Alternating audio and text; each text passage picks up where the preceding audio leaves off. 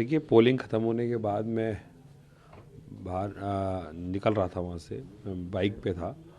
तो भारतीय जनता पार्टी का जो ऑफिस है, जो चुनाव कार्यालय है, उसके जब सामने से निकलने के थोड़ा सा जाम लग गया, जिसकी वजह से थोड़ी सी बाइक की स्पीड स्लो हो गई। तो ऑफिस में से किसी ने डंडा फेंक के मारा, जो जो बाइक जो बंदा चला रहा था उसके सर में लगा। तो मैं बाइक से उतर गया कि मैंने कहा भाई क्यों कर रहे हो ये सब ये चीज़ें, तुम चुनाव तो ख़त्म हो गया, ऐसे करके मैं कुछ बोल रहा था। लेकिन उतनी देर में 30-40 लोग निकले उस ऑफिस में से और हमला कर दिया।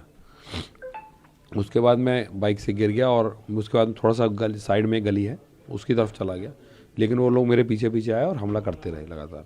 फिर उसके बाद जो वहाँ के गली के लोग थे वो उन्होंने आया, उन्होंने थोड़ा सा उनको रोका कि भाई वो तो क्योंकि पहचानते थे गली के लोग, तो क्योंकि ये जितने भी लोग थे सब लोग बाहर से आए हुए थे, ये लोकल रेजिडेंट्स कोई नहीं था इनमें से। तो उसके बाद फिर लोगों ने रोका, तो फिर उसके बाद पुलिस कंप्लेंट हुई है और बाकी अभी तक पुलिस ने कोई कार्रवाई नहीं की। पुलिस लगातार ये कह रही जी हमारे पर दबाव है कि कार्रवाई ना की जाए। जो कैबिनेट मिनिस्टर हैं गिरिराज सिंह, उनका लगातार फ़ोन डीसीपी के फ़ोन पे आ रहा था और वो लगातार उनको प्रेशर बना रहा है कि जी आप कोई कार्रवाई मत करो, कार्रवाई मत करो। अब उसमें कितना पॉलिटिकल एंगल है और कितना गिरिराज जी का पर्सनल इंटरेस्ट है वो देखने की बात है। पुलिस पूरी तरह से दबाव में है और पुलिस कोई कार्रवाई करने को तैयार नहीं है। मतलब 2 घंटे हो गए इस इंसिडेंस को हुए और लगातार उनसे बोला जा रहा है कि आप कॉपी कंप्लेंट करो, एफआईआर करो। हम बात कर रहे हैं जी, हम बात कर रहे हैं, बताते हैं जी हम बात कर रहे हैं, किससे बात कर रहे हैं ये नहीं बता रहे। हम बात कर रहे हैं, ऊपर बात कर रहे हैं, हम बताते हैं। और पिछले ये इंसिडेंस लगभग 6-6:30 बजे का और लगभग अब आप देखेंगे तो करीबन 9:15 बज रहे हैं। तो मतलब 3 घंटे इस इंसिडेंस को ऑलरेडी हो चुके हैं, लेकिन ना तो अभी कोई पुलिस कार्रवाई है, ना कोई कंप्लेंट लिखने को तैयार है। इसमें लोगों ने आपके साथ ये मारपीट, इस लोग होंगे ये 30 से 40 हाँ। तो ये क्या बीजेपी के कार्यकर्ता थे? बीजेपी के कार्यकर्ता उनके ऑफिस से निकले हैं और मैं तो पुलिस को ये बोला कि आप वहाँ की सीसीटीवी फुटेज निकालिए, आपको सब दिखेगा किसमें क्या हुआ है। लेकिन ना तो पुलिस सीसीटीवी फुटेज निकालने को तैयार है, ना कंप्लेंट लिखने को तैयार है। बस केवल कीजिए, ऊपर से बात कर रहे हैं हम, ऊपर से बात कर रहे हैं। अब डीसीपी किससे बात कर रहा है ये पता नहीं है, पता नहीं इनके पास ऊपर से कितना पॉलिटिकल दबाव है जो ये कार्रवाई करने को तैयार नहीं है। तो आप सिर्फ 2 ही जने थे भाई? हम 2 जने, मतलब 2 जने क्या, बाइक थी हमारे साथ, 2-3 बाइक थी जिसमें और भी लोग थे, लेकिन वो जाम की वजह से कुछ बाइक आगे हो गई, कोई पीछे रह गई। और वो जो मेरे जब हम इंसिडेंस हुआ तो केवल हम 2 ही लोग थे, एक बाइक पीछे थी जो थोड़ा शायद जाम में कहीं रह गई थी।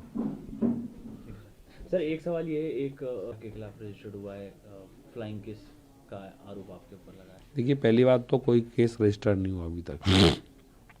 मैं वही तो समझाना चाह रहा हूँ आपको कि पुलिस के बाइसनेस देखिए कि एक आदमी केवल कंप्लेंट करता है और उसके कोई तथ्य नहीं है उसके पास। वीडियो रिकॉर्ड है, वीडियो रिकॉर्ड दिखा दीजिए, कोई बात हो तो दिखा दीजिए। जो इशारा किया गया था वो मैं चंदन चौधरी जी से कुछ सवाल पूछ रहा था पिछले 3 दिन से, आप मेरा फेसबुक चेक कर सकते हैं। मैं उनसे कुछ राजनीतिक सवाल पूछ रहा था कि लगातार कि आपने ये क्यों नहीं किया, आप ये इस विषय पे क्या कहना चाहते हैं, आप इस विषय पे क्या कहना चाहते हैं, हम इस विषय पे क्या कहना चाहते हैं। मैंने 3 सवाल उनसे किए थे। तो जब मैंने ऐसे इशारा किया तो मैंने उनसे बोला कि कुछ तो बोलो, ऐसे कर कह रहा था मैं, कुछ बोलो, कुछ तो जवाब दो। अब वो उसको फ्लाइंग किस समझ रहे हैं कि क्या समझ रहे हैं, तो उनकी समझ का खेल है। अब ये तो वही जाने, लेकिन जिस बात को, और उसके ऊपर एफआईआर हो जाती है। आप ही कह रहे हैं, मेरी जानकारी में भी कोई ऐसी एफआईआर नहीं हुई है। पुलिस एक तरफा कार्रवाई करते हुए एफआईआर कर देती है और एक तरफ जब सरेआम हमला हो रहा है और सब कुछ वीडियो एविडेंस है, पुलिस कोई कार्रवाई करने को तैयार नहीं। तो ऐसा क्या दबाव है दिल्ली पुलिस के ऊपर कि कोई कार्रवाई, एक तरफा ही कार्रवाई हो रही है। मतलब मेरे ऊपर एफआईआर करने में तो इन्होंने कोई इन्वेस्टिगेशन नहीं करी, कोई पूछताछ नहीं करी, किसी से ये नहीं पूछा कि भाई आप क्या कहना चाहते थे। कोई वीडियो रिकॉर्ड नहीं है, जब और जबकि मेरे पर जो हमला वो 50-100 लोगों ने देखा है, वीडियो रिकॉर्ड है उसके।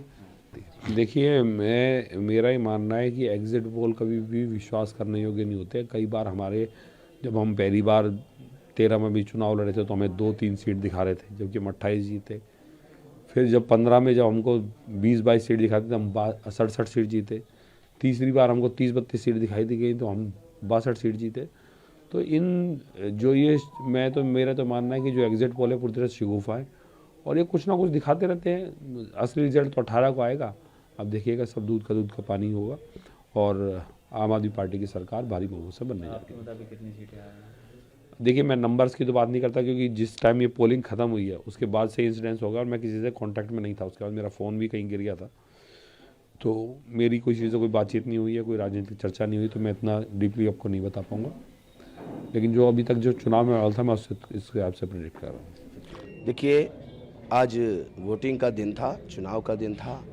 इसी दरमियान हम लोग सभी पोलिंग स्टेशन पर व्यवस्था चेक करने के लिए जाते हैं, और उसी दरमियान हम बाहर टेबल पर, हमारी पत्नी भी एक KSK पब्लिक स्कूल है वहाँ खड़ी थी।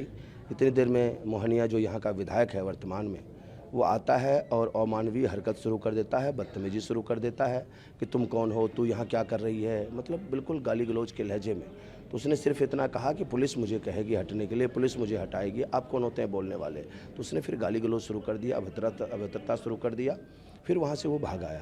फिर हम दूसरे सेंटर पर थे, पोलिंग सेंटर पर, वहाँ से सब कुछ खत्म करके, पोलिंग खत्म करवा करके मैं लगभग 6 बजे के समथिंग मैंने यहाँ पहुँचा तो लगभग 5 से 10 मिनट में बैठा हुआ था सारा पेपर तैयार करने के लिए।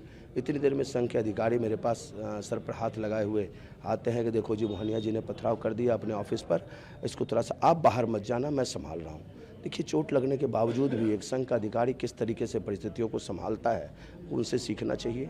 उनको बहुत ही ज़्यादा चोट लगी है, बत्रा हॉस्पिटल में एडमिट है। मैंने पूछा उनसे कैसे हुआ। दिनेश मोहनिया बुलेट से उतरता है और गाली गलौज शुरू कर देता है, जितने भी गुर्गे हो 8 तारीख को तुम लोगों को देख लेंगे और जान से हाथ धो बैठोगे। इतनी देर में वो उसके कुछ गुर्गे पथराव शुरू कर देते हैं, जिसका वीडियो भी है, सारा कुछ हमारे पास है।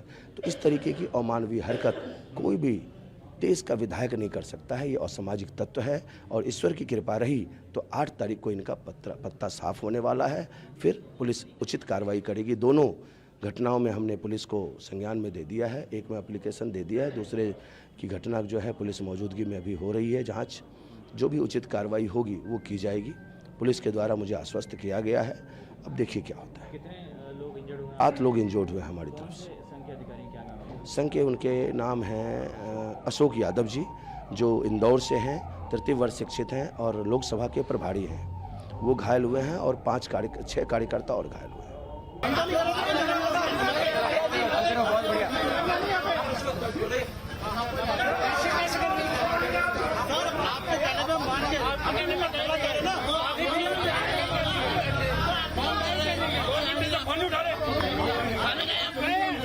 Hey!